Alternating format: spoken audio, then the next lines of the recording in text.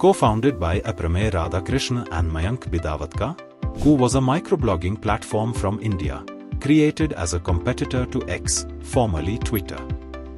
It reflected India's growing digital ecosystem and the push for digital sovereignty. It wanted to create a platform for non-English users to be able to express themselves in their native language. It raised funding from various investors, including Tiger Global Management and Bloom Ventures. At one point, the company was valued at over $275 million. Ku gained prominence during 2021 amid discussions on data privacy and content regulation involving global social media platforms. It was endorsed by several Indian government officials, public figures, and celebrities as a homegrown alternative aligned with the country's self-reliance initiative, Atmanirbhar Bharat. PM Narendra Modi spoke about Ku in his Mann Ki Baat speech and encouraged Indians to use the platform. Ku was also used by dignitaries like Dalai Lama, presidents of Brazil and Nigeria, ace footballer Ronaldinho, top Indian celebrities like Virat, Kohli and Karan, Johar, union ministers like Piyush Goyal, Ashwini Vaishnaw, and the CM of Uttar Pradesh Yogi Adityanath. There were more than 9,000 other eminent personalities around the world who were the users of Ku. But Ku ran into rough weather and the founders decided to shut down Ku in July 2024, citing financial constraints due to a challenging funding winter. Hello friends. From today, Ministry of Education Innovation Cell and AICT is starting a very unique initiative called Celebrating Failures. Usually you would have seen a lot of podcasts, a lot of interactions, interviews, where people are more successful and they talk about their success stories. They may mention failures in bits and pieces, but the focus is not on that. What we believe that failures can teach us more than what success can teach us. And so we have started this unique initiative called as Celebrating Failures. In this series of podcasts, we will be actually talking to startups owners who have failed, who have taken that company to a certain level, and due to some constraints, some mistakes, they were actually failed and that startup has closed down and they have moved to some other venture or job or something of that sort. The primary objective is to enlighten our students which are going to take up this startup journey that what not to do. We have to learn from their failures so that the startup success or the success of actually getting a startup or making the startup successful is high, and that's what we are going to discuss here. Today we have with us founder of Ku, which was once considered as competitor to Twitter, Mayank, and we will be discussing with him his journey, what prompted him to start Ku, what were his struggles during the Ku, and at what point he decided that he should close the entire initiative. And then based on that, and based on this entire experience, now what he is doing and how that experience is helping him in his new venture. So that's where we are. So Mayank, thanks for coming. You have come all the way from Bangalore to Delhi for us. So just tell us your journey on how you conceptualized Ku, what prompted you to get into that, and then what made you feel that no, Baba, I cannot take it forward. Thanks for having me. Yeah, this is a fairly this is a journey that goes back to about 2019, where Aprameya and I were discussing. We are anyways doing something in the vernacular space, with a broader thesis that about 90% of the country speaks multiple languages and dialects. So we need to have products that cater to these users, because most of the global products that are being used by Indians, or even for the matter, the global audience, which is 80% non-English, they have been created by either America or China with a very English first philosophy. So we wanted to create products that are very relevant to the Indian audience. There was data out there that majority of the questions being asked on Google are in voice, especially by Vernacular India, and what they get in return are links, right? Why not give them voice answers? Because they're asking in voice, they should get voice answers. So it's a localization, it's an Indianization of the question and answer format, and that's what we were building initially through a product called Vocal. And we were thinking of other product ideas that we could Indianize, either for the vernacular Indian or for the global vernacular native language speakers, right? And then we realized that microblogging is a very interesting product. It has some of the most important people having discussions with the masses. Having said that, Twitter was under-penetrated in a country like ours. So you will see that Twitter had maybe 2 to 3% of the country was using Twitter. And you realize that it's because it's not gone very deep in languages. We did some research back then where we started to get a sense of how many tweets per day are there in Indian languages. So that's going back to how do you figure if there's a market here, right? So we realized that there are about 500 million tweets a day globally per day, but just 250 Kannada tweets a day, about 300-400 Tamil tweets a day, about 25,000 Hindi tweets a day, right? Now, if we look at Karnataka, it's a state of 7-8 crore folks. 250 tweets a day is very low. Whether the problem was with the platform that it was not allowing vernacular tweets, or it was just the penetration and the awareness part of it. Because what I think, if I understand correctly, you are trying to solve a problem. Yeah. Because identifying the problem is the key, right? Yes. For any startup. So you were trying to actually solve which problem here? Yeah, so if you look at, Twitter per se, let's say I'm a Kannada speaking guy and I log into Twitter. There are 2-3 problems, right? One is that if I'm a consumer of content, I want to find the right people I should be following in my native tongue. That's the first requirement. If you're a creator, I want to be able to create using the tools that are relevant for my language, which means the keyboard should be in Kannada. I should be able to record a message in Kannada. And 2, I need discovery, right? You speak Kannada, I create in Kannada, you and I should be able to connect, you should be able to discover me. Only if I get followers will I continue creating. That's basically the flow that Koo cracked. So we made it easy for, and we actually started in Kannada. We made it easy to type in Kannada, to speak in Kannada, to put out audio notes and things like that. The ex-finance minister of Karnataka had started contributing on the platform, and he mainly used voice notes.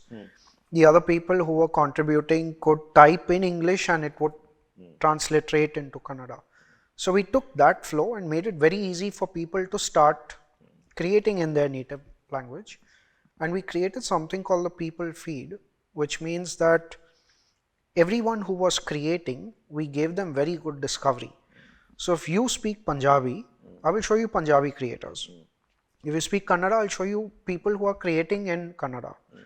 If you go to Twitter, no matter what language you speak, you will be shown Elon Musk and Donald Trump and the 5-10 topmost followed guys. They're irrelevant to my world. My world is my language and maybe some bit of national personalities. But those are the folks that we want to follow. That is one. 2, we patented this flow, but imagine a politician or someone. Then what went wrong?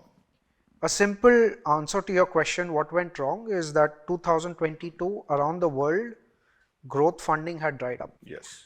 That affected a lot of startups that were in that middle phase where you hadn't monetized enough to break even, right? You were just about starting to monetize, and Koo is a very unique product and category because it's a social media platform, and you usually start monetizing after a couple of million daily active users, and that's basically what we had hit in around 2022 when actually the growth funding had dried up. So you could say that we were a little late to the party, but it wasn't about what we did. It was about what happened in the market. There's this general Superman thinking that we can control everything, but everything is not in your control. A lot of... So you had 2 million users already, active daily users on Koo. 22 mid, we had grown from about 250,000 users a day to about 2 million users a day, 2.5 million users a day. So we had grown 10x within 2 months, right? So we were actually ready for explosive growth. And your platform could handle that. I don't think we were more than 4 to 6 months away from beating the numbers Twitter had in India, right? Which was about 4-5 million DAO. We had already hit 2.5-3 million DAO. So we were very close to their numbers. We had a full plan of taking our formula And global. you actually bootstrapped this entire... No, this was company. funded. And This it was has been funded. this is a So venture what capital. was that journey? Means from conceptualization of idea to the first round of funding. Yeah. How you went about it, and what was the ticket size of that funding? We had some funds left from our previous product called Vocal, Okay. which was funded to the tune of $4 to $5 million. So we would have probably used up about $1 million or so to run Koo specifically for about a year. And there was a lot of action in the year. So we launched, I think, a week before COVID hit. Within a few months, there was an Atmanirbhar app challenge. So we had started this in Kannada. We expanded to Hindi. There was an Atmanirbhar app challenge. We participated in that. We were one of the top 3 apps in that category. Prime Minister Modi spoke about it in Mann Ki Baat. So that journey happened within 6 months. And in the next 6 months, we had a lot of famous folks from India joining the app. Even I was there. And including you. So it's around that period that we were able to raise another $4.5 million as the Series A. Series A fund for this. It was also around the time where there were, there was the government of India having differences with Twitter and how they treated the farmer protests. That's around the time where there was a lot of interest in Koo, and I also feel that we were wrongly positioned in the minds of a lot of Indians. Okay. Where they said that this is a Twitter alternative. Okay. Now, if you look at how we started, we had started to cater to folks for whom Twitter was a bit of an alien. Saying, I want to talk in Hindi, I want to talk in Punjabi, in Kannada, but the media projected it as, hey, this is a perfect Twitter alternative. We were trying to cater to the India that's not on Twitter. So the messaging, or the wrong messaging. The wrong messaging happened from your side, or it was a media which went ahead and you couldn't correct it? It was a timing thing. It was a timing thing in the sense that the government was having disputes with Twitter. It felt a lot more confident in going ahead and standing its ground because it felt that we have another microblog. I don't really need your product. I don't need your tech. I have my own homegrown thing. If you don't want to go by what we think is important for national security, I will go with this. So in the minds of everyone, in the minds of the media, they're not double clicking and saying, hey, that was built for the Hindi audience or the Kannada audience. So the English user starts saying, why should I use Ku when I already have Twitter? Are you the same? If you're the same, why have you started this? Well, why we started has been spoken about multiple times by Apramya and me in multiple media interviews. But I think that was such a loud noise and voice at that time that it just it silenced everything else, and for everyone it became okay, Ku is equal to Twitter. But that wasn't the case. That's not why we started. That's means what do you want to say, that messaging and positioning is of very your product important. is very, very critical. Is very important. It's important for folks to understand the narrative, why you started, how is this unique, who is it for? It's not for the English speaking Indian. And suddenly they felt that, okay, you've copied this and there is localization of everything in every country in the world, right? You need to localize. Everyone's not always innovating. The idea is to cater to an audience that's not been catered to. You need to tailor your solution based on the user that you're catering to. So it has to be user-centric. It has to be user-centric. Entrepreneurship is about the person that you're catering to. Yes. Right? Maggie made in a particular way in Gujarat with some sugar needs to be different from Rajasthan where they want some more spice. Or from Right? And so Maggie made differently for different audiences is a need, is a market, right? And if you're catering to it, you're not copycat or any of that. It's important to understand what those users want and then cater to what it. you've said is very, very important, because what I have also realized, I go to a lot of these innovation competitions, I see a lot of products, and I used to judge them. Right. And what I felt at that time was that many youngsters are more technology centric. Right. As we were talking Right. before, कि मेरे को blockchain आता है तो मैं सब जगह वो ब्लॉकचेन चिपकाऊंगा, Right. है ना? मैं फिनटेक में तो चलाता ही हूँ, मैं फूड प्रोसेसिंग में भी चलाऊंगा, मैं एग्रीकल्चर में भी blockchain. And many times I have thought that solutions were offered to Yeah. problems which never existed. Yeah. Huh? Yeah. And that is one of the reasons why many of these startups actually failed. But here, when you are talking about Ku, you felt that need was. Yes. Yes. And you could actually onboard around 2.5 million, 3 million people? Yeah, almost actually about 5 crore to 6 crore users over our journey. When you were onboarding these people, whether you were actually onboarding people which were your actual real clients, or they were again English speaking people who were on Twitter and just wanted to try an Indian app? So we hardly had any English users. You know, we would have had very small numbers, because I myself would not use Ku for microblogging in English, right? It wasn't built for me. It wasn't built for folks like you and me. It was built for folks who prefer a native language, right? So most of our daily active users were in native languages. In each of the native languages that we were present in, we were actually bigger than Twitter. So within a few days of launching that native language, we would beat whatever Twitter numbers were there, right? Which a lot of folks did not know, that we are one of the largest microblogs in native languages. But then why you had a problem raising the fund? See, the problem, Dr. Jere, is that you have, it's called crossing the chasm, right? When you're, there are various phases in a startup. There's a pre-product, there's a product phase, there's a revenue phase, there's a pre-revenue phase. Generally, social media is not monetized till you hit a certain scale, because the advertisers also want a certain scale. And the best way to monetize a microblog or a social media platform is advertising. They want a minimum number of users on your platform. According to you, what could be that minimum number? For example, because I see a lot of these youngsters coming up with some kind of app, you know, some wants to have a dating app, or, you know, similar kind of a connecting app, or, you know, these kind of apps. And everyone feels that it's $1 billion idea. So technology is always there. You can always build a product. Yes. What I've realized is onboarding of the users, getting right users, and, you know. So what is that size? So for social media, anywhere between a 2.5 to 5 million numbers, a decent size, to start some sort of monetization efforts.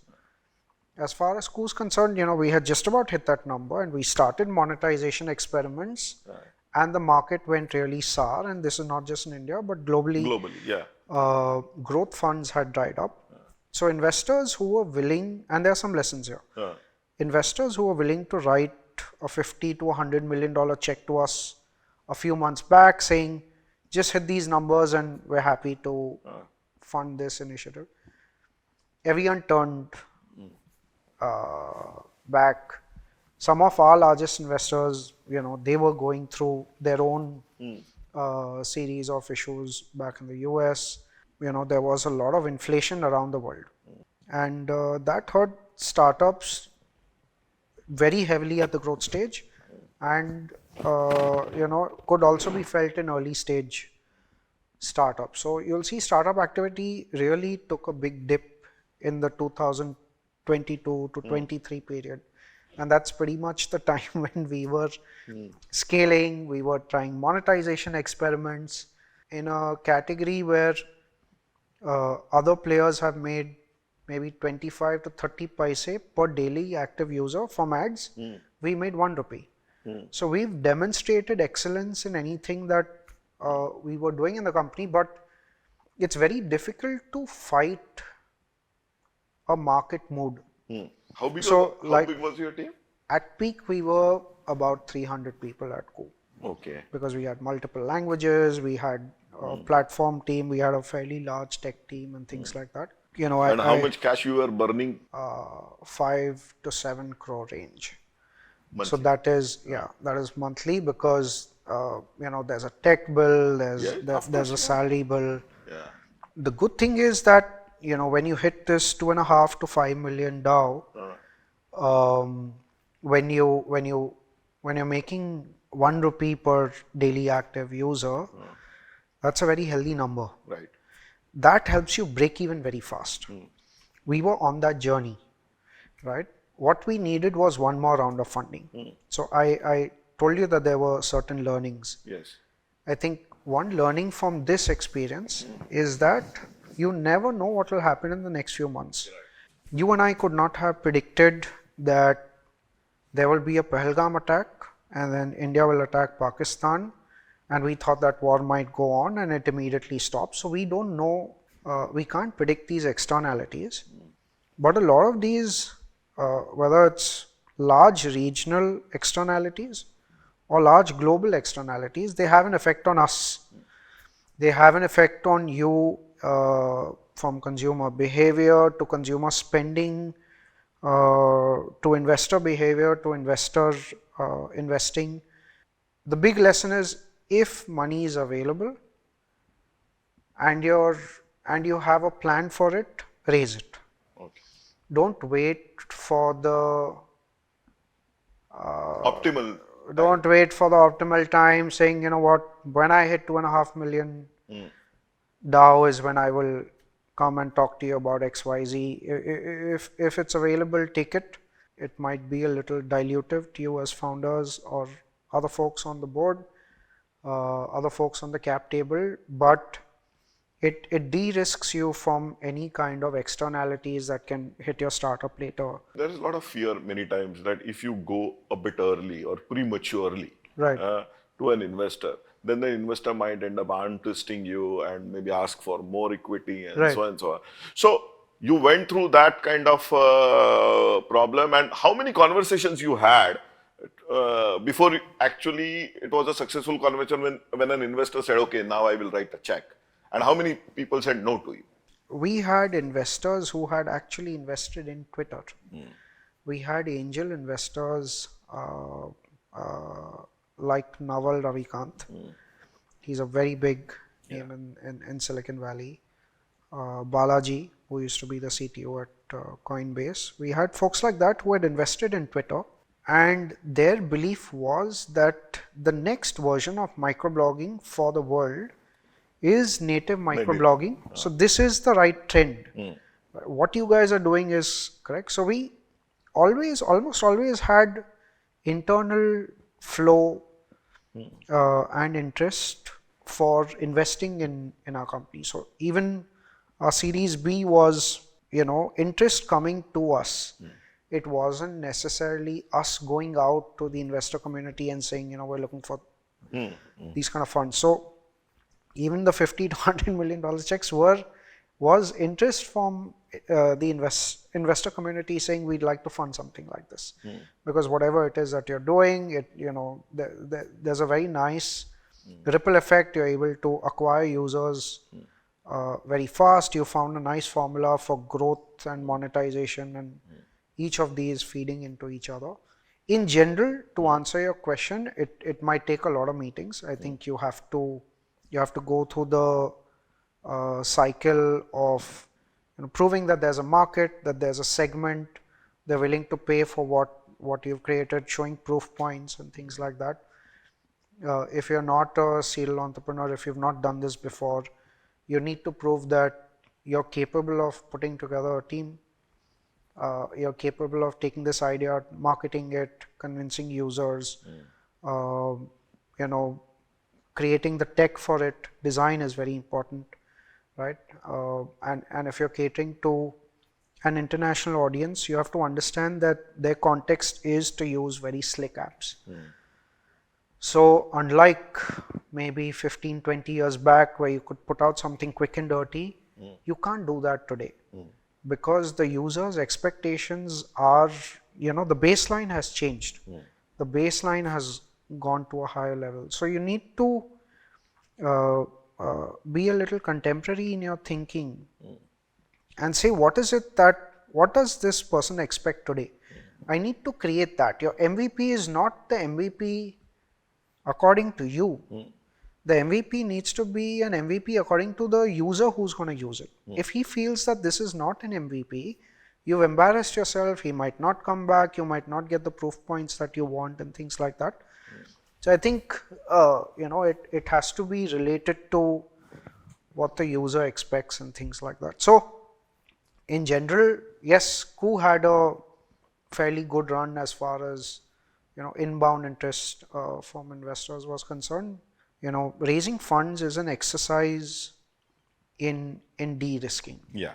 There are 20 risks, at an idea stage. When you've created a product, there are 15 risks. When you've started monetizing, there are probably 5.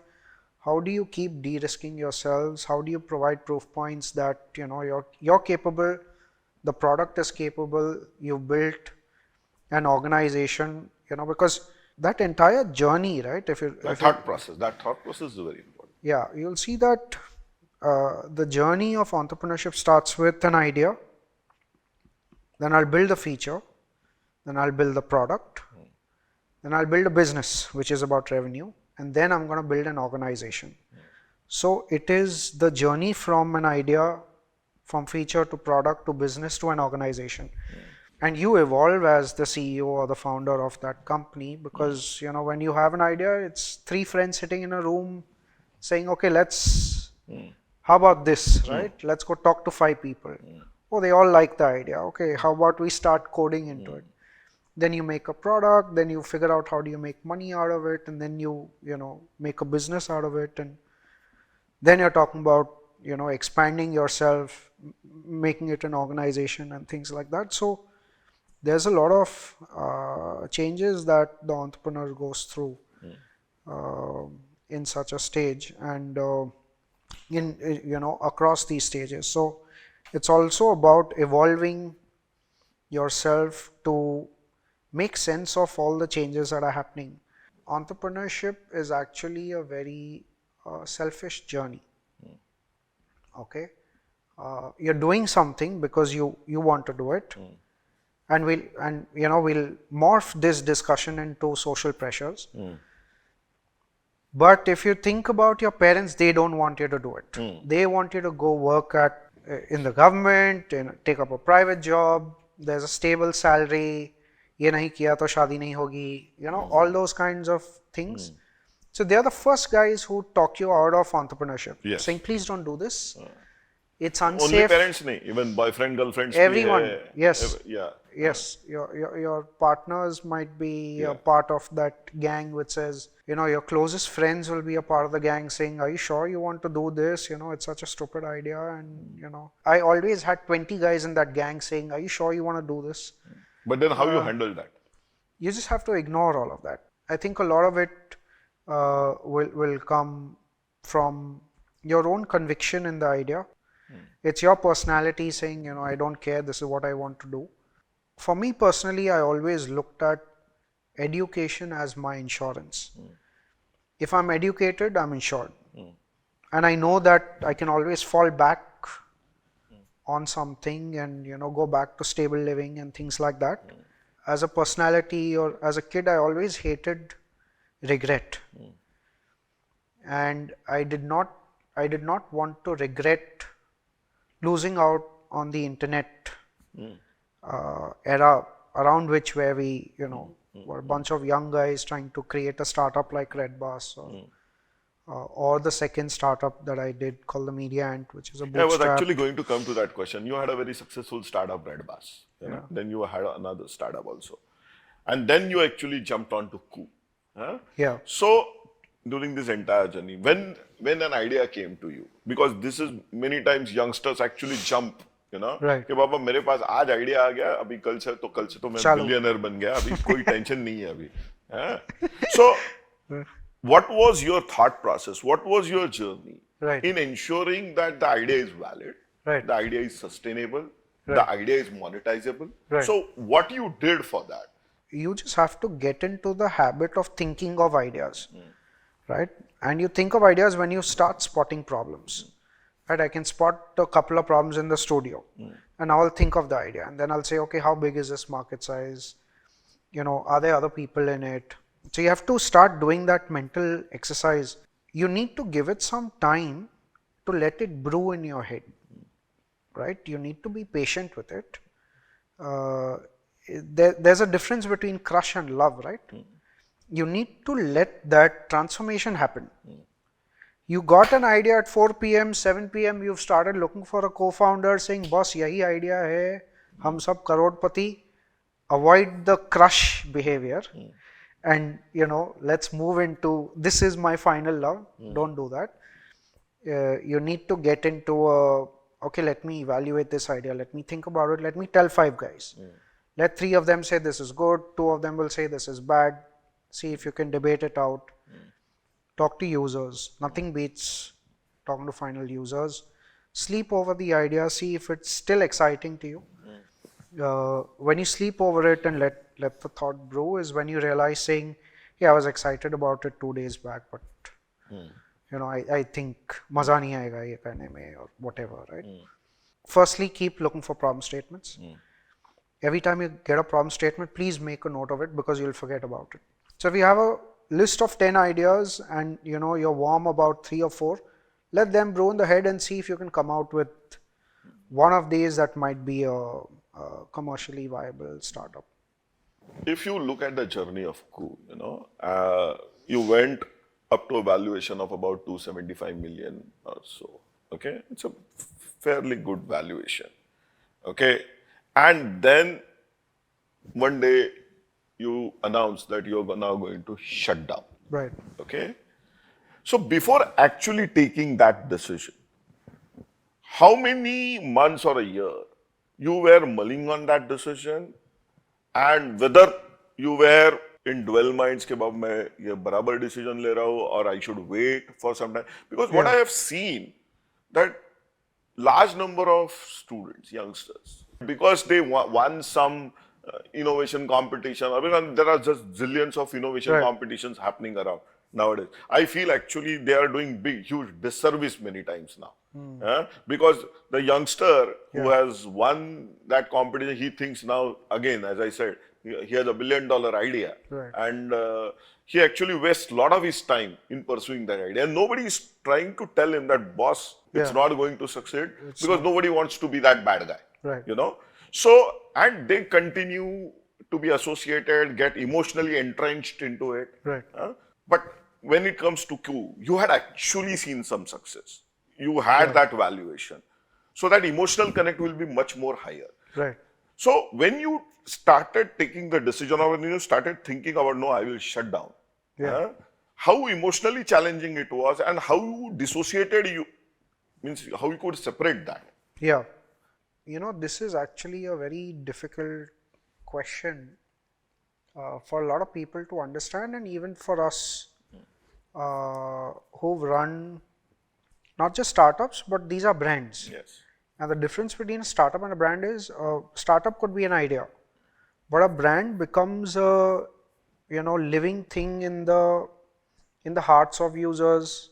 We had a Brazilian user who posted on Twitter or LinkedIn, I think, and he had posted an image, a screenshot of the Coup application on his phone when it shut, and he had said that I don't have the courage to delete it.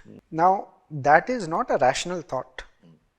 It's a very emotional thing for a lot of those guys. So, Coup had become a brand in the minds of a lot of users, and there were lots of stakeholders, right? Whether it was the media that supported Coup, saying this is India's attempt at social media, microblogging, blah, soft power for the world and for the world's users.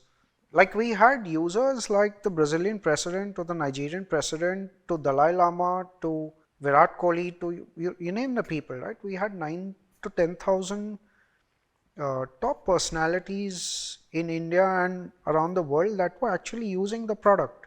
So it wasn't just my disappointment or my sadness or Apu's sadness. It was a joint feeling and burden of, hey, all these guys were dependent on what we do. Will others in India try social media again? If such a big attempt. So we had a lot of thoughts running through our head when we had to take a call, but I think it finally boils down to, it becomes a financial decision, and we were talking to folks who were willing to acquire us, and it would have been a healthy acquisition, right? It would have been $100 million acquisition, for example, right? Now, what defines success and failure? Is it that acquisition? Right? Were you successful? Well, you had all the top guys that you wanted. It made noise. You had users. You had monetization. So the only difference between that success and what we call success and failure could have been a few events. And a lot of these, as an entrepreneur, you will try to control them as much as possible, but a lot of them are out of your control, right? For us, that failure became market timing, right? And we knew that this is the reality of what's happening here. We had tried every possibility, whether it was acquisition, whether it was a fundraise and things like that. So when we had said, okay, I think the best thing to do is to shut this down because bills will keep accumulating. How do you pay for stuff like that? We did not want any vendor to suffer and things like that. So that decision became a little, we got time to go through it, and till the final date of acquisition talks failing and things like that, we had a lot of hope because it is a very valid large asset. We have 10,000 top people in the country using it. It's not easy to get them together at any point of time later, right? And you're talking union ministers to top cricketers to, right? So we had all of that going for us, but the financial thing takes over, and we realize that if we don't do this, we will be accumulating bills that we won't be able to pay for. So how long you were mulling on this decision? So all of this happened over, let's say, about a year period, where we were talking to potential acquirers. They took 5 to 6 months, but they came back saying, yes, we're doing this deal till a very large business house, can't name them, but they came back saying, hey, great, everything is awesome, but we're not very comfortable with microblogging, because microblogging, unlike content creation, is a wild beast. Anyone can say anything. They were a little worried about that being associated with their name. So it had nothing to do with product and market and what we had created and monetization capabilities. we had still created value. We had still been bought for more than what we had raised. Those stocks fell through. So that entire process took about a year. So now, if you go back again, and if somebody tells you, you have to start again, you have to revive it. Yeah. What will be your approach, or what difference will be there? How that new approach will be different than your previous. Whether you have thought about it. A very direct answer to your question is I would have started making money earlier. When money was available to be raised, I should have raised it then. These are the two things I would change if I could turn back time. Let's say you decide to make revenue, right? Saying we'll start charging users. Don't think that you decided today, tomorrow you'll start making money. A lot of these things are experiments, especially if you're running digital products. There's a UI involved, there's a UX involved, there's a funnel involved. So all of those things might actually take you 3 to 6 months to realize, what's the right funnel, how much will someone pay, who will not pay, why are they not paying, what changes would you like to make on your app or website or whatever. It's actually a journey of 3 to 6 months. So don't just start thinking, saying, आज decide किया है, कल से इतना पैसा बनेगा. Keep that buffer in mind. So, if you were to look at Ko and we said, hey, when we hit 2.5 million or 3 million daily active users, we will start monetizing. If I could turn back time or I were to revive it, I would say, we've hit 1 million, let's start our monetization experiments. By the time we hit 2 million, we would have learned what it takes. 2 million, we'll start making 20 lakhs a day, we're good to go. Don't wait too long. These are pretty much industry standards where investors will also say that you don't need to monetize this so early. We're happy to fund this thing. Why are you making revenue so early? Advertisers will ask you for more scale. So there's a lot of noise in the room saying, why are you making money? It's not important. We're there to fund you for the next X years. I think as a founder, you need to take a hard call saying, yeah, you're there, but I don't know what time will come and things get bad. So even if someone's giving you comfort, I think it's very important for founders to go with their gut call. And, Apu and I have discussed this multiple times in the past, saying maybe we should start monetization experiments. And then there was always why are you doing it so early? We have time. Let's focus on growth. So you also have to realize that India has gone through multiple cycles. We've been fortunate or unfortunate to see it, whether it was 2008 and that was a global financial crisis that we've seen. And I've been running startups since, right? So I've seen that time too. It's always be growth focused. As soon as there's a financial crisis, be extremely cost efficient. Don't spend any kind of marketing money. Then there is a grow, but grow at any cost. Don't worry about, forget efficiency, forget XYZ, forget CACs and LT, right? Leave all of that. 2, hey, how far are you from break even? How much time will it take for you to hit $5-10 million and no more funding required? So it's a cycle. Yes. The only way to get some sort of immunity from, it doesn't matter what's happening there, but I'm safe, is to start making revenue as soon as possible. Without, the only thing that I would say is that don't charge users when your product doesn't deserve it. So again, be user centric and be very clear about, yeah, I'm delivering value. It's okay for the user to pay me so much for the value. I don't need to juice it out, but start somewhere so you can experiment and understand where you really stand. What all of us are chasing in some form or the other is independence. Yes. For a startup, for a company, there's nothing more important than figuring a way or reaching that point where you're independent of external factors. Yes. Have you ever thought that because now I'm not going to make a revenue out of it, let me put it open source, let people use it, let the community take care of it? See, we also have some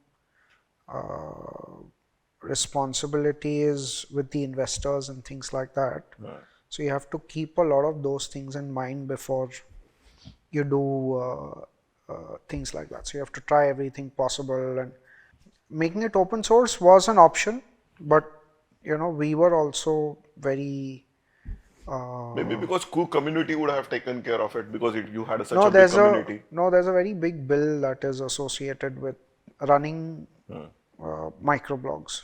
So there is a real cloud bill that hits you, and that's the biggest bill for Twitter as well. Yeah. So that is what is expensive. Otherwise, we could have experimented and taken some of these routes.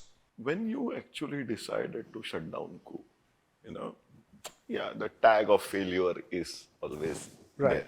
Although you had two very successful startups before, but still, so how you actually emotionally handled that failure, Yeah. and how your family reacted to it, and how long it took you Yeah. to actually come out of it. Yeah. And I think you are building another startup. Yes. Yeah. So you still have that guts and courage, and after Yeah. this going through this journey, Yeah. to actually start thinking about another startup. Right. So I'm very keen on understanding that aspect. I actually did not take any of this personally. But घर वालों ने तो लिया होगा ना? I'm sure everyone has taken it personally in some way or the other, and that is natural. I think as far as I'm concerned, I know where we started, and this is not a story that's a decade old, right? We started in 2020, around the lockdown and COVID period. So what this startup saw in such a short time span is nothing short of amazing. Yeah. Okay.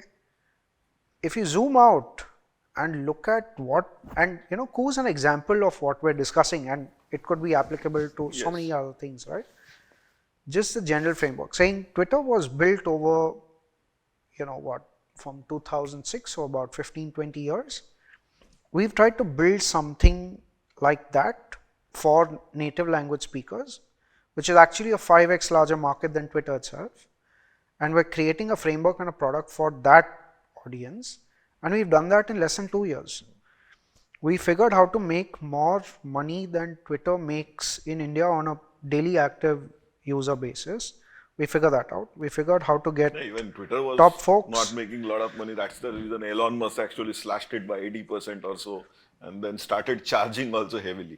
We were one of the top monetized products as far as daily active users is concerned. We got some of the top folks in the country and the world to join it.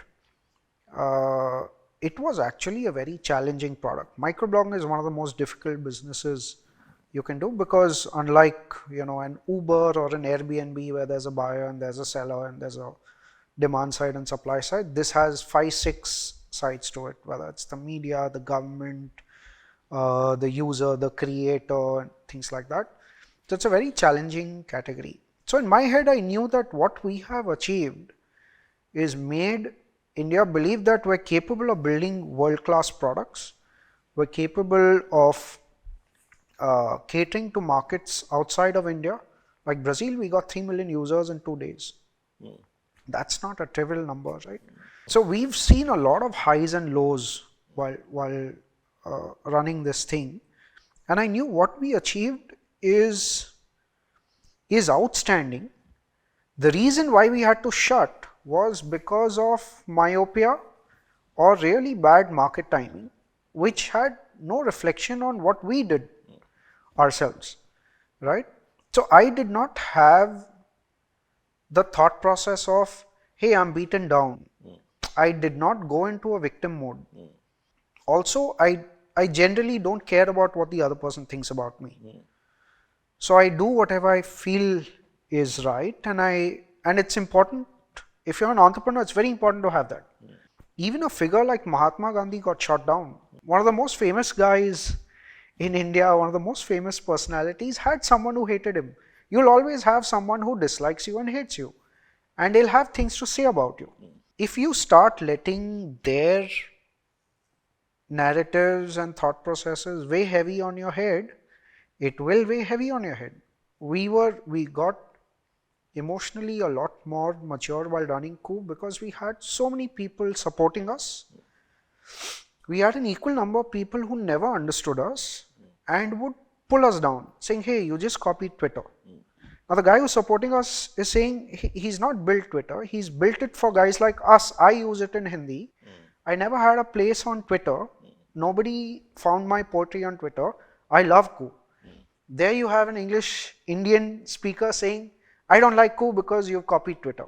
So you have guys who completely understand us, you have guys who don't understand us at all, and they're all shouting at you, and you have to make sense of it and be okay with that love and that hatred.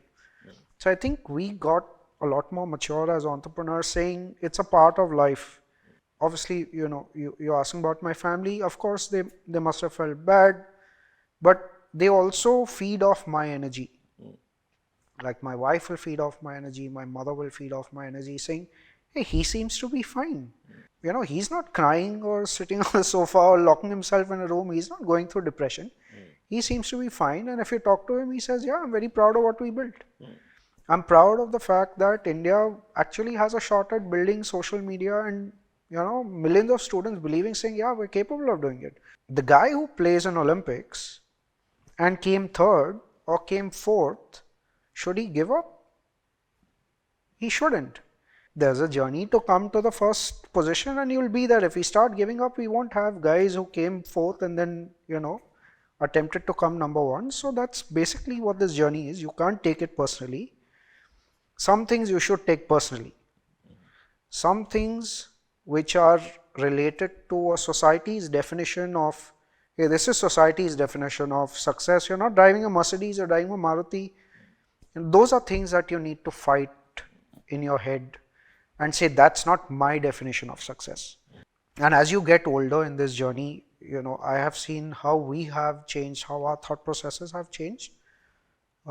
We start caring more about things like happiness than success, right? Saying, are you able to find stuff that makes you really happy? Are you spending time doing things that make you happy?